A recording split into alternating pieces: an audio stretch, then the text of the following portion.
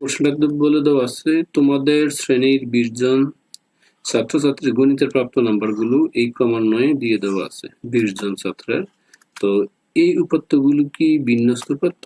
দেখো এটা কিন্তু এলোমেলো দেওয়া আছে র্যান্ডমলি, তাইলে আমরা বলতে পারি এই দেখো প্রদত্ত উপাত্তগুলো এলোমেলো ভাবে সংগৃহীত, কাজে এই উপাত্তগুলো বিন্যস্ত উপাত্ত নয়। এটা কি বিন্যস্ত উপাত্ত? সুতরাং এটা বিন্যস্ত উপাত্ত নয়। এটা গেল ক। এবার আমরা সলভ করবো খ। বলছে উপাত্তগুলো অবিন্যস্ত হলে বিন্যস্ত করো। তাহলে উপাত্তগুলো অবিন্যস্ত আমরা জানি, এখন আমরা বিন্যস্ত করবো। উপাত্তগুলো বিন্যস্ত করা হলো। তো দেখো বিন্যস্ত করার জন্য কিভাবে সাজাতে হবে।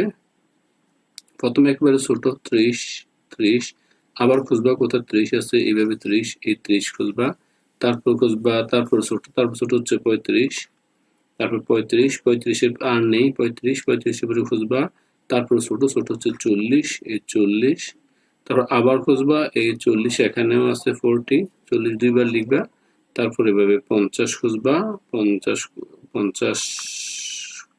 এর তারপর 50 এর পর আছে 60, 60 খুঁজবা, 60 দেখবা দুইবার আছে কিনা, এই দুইবার আছে, এই 60 দুইবার, তারপর আরো দেখো 60 আছে কিনা, এখানে দেখো এই 60, এই 60 আছে, দেখো আরেকটি 60 আছে, তাহলে 60 তিনবার, তারপরে 65, এই 65, তারপরে 70 দেখবা এই 70 একটি আছে, এখানে একটি, এখানে দেখো এই 70 এখান থেকে শুরু করে এখানে আরেকটি 70, আরেকটি 70, 70 পর আছে 75, এই 75 এখানে একটি 75, দেখো এই 75 এখানে আরো একটি, এই আরো একটি, তারপর হচ্ছে 80, এই 80, এই 85, তোমরা এইভাবে একটা খুঁজবে, 85, 90 হচ্ছে দুইটি, এই 90 এখান থেকে এই 90 হচ্ছে দুটি, 95 একটি, 100 একটি। অর্থাৎ এই সিরিয়াল করাটা যে নামটা, এই নামটাই হচ্ছে তোমার কি বলতো, এটাকে আমাদের বিন্যস্ত করা। অর্থাৎ এই যে সিরিয়াল সিস্টেমটা, এটাকে আমরা বিন্যস্ত করেছি। এবার বলছে যে অবিন্যস্ত বিন্যস্ত করো। এবার মানে ঊর্ধ্বক্রম অর্ধক্রম, এটা খুবই সহজ, যেহেতু এটা একবারে সাজিয়ে ফেলেছি, তাহলে মানটা ঊর্ধ্ব মানে উপর দিকে যাবে, আর লিখতেই পারি গ নাম্বার মানের ঊর্ধ্বক্রম অনুসারে সাজিয়ে পাই। তাহলে দেখো এটা 30, তারপরে দুইটা 30, তারপরে 35, 40, 40, 50, 60, 60, 60, 65, 70, 70, 75, 75, 80, 85, 90, 90, 95, 100। দেখো এই সিরিয়ালটাই এখানে ক্রমান্বয়ে দিয়ে দেওয়া আছে। তাহলে মানে ঊর্ধ্বক্রম গেল, ঊর্ধ্ব মানে কি, মানটা ঊর্ধ্ব দিকে মানে বড় দিকে। এবার আমরা করব অর্ধক্রম। তাহলে অর্ধক্রম অনুযায়ী আমরা এই বড় থেকে ছোট দিব, অর্থাৎ 100, এই 100, এই 95, 95, 90, 90, 90, 90, অর্থাৎ আমরা এই বড় থেকে ছোট যাবো, এখানে 80, এখানে 80, 80 পরে কমলো 75, 75, তারপর আবার 75, 75, দেখো 70 দুইটা, 70, 65 একটি, 60 তিনটি, এই 1, 2, 3, 60 তিনটি, তারপর দেখো 50 একটি, 40 দুইটি, 50 একটি, 40 দুইটি, 35 একটি, 30 দুইটি, 35 একটি, 30 দুইটি। অর্থাৎ এই সিস্টেম হচ্ছে মানে ঊর্ধ্বক্রম অধঃক্রম আমরা দুটাই সাজাতে পারলাম। শিক্ষার্থীরা, আশা করি তোমরা এই অংশগুলো তোমরা খুব সহজেই বুঝতে পেরেছ।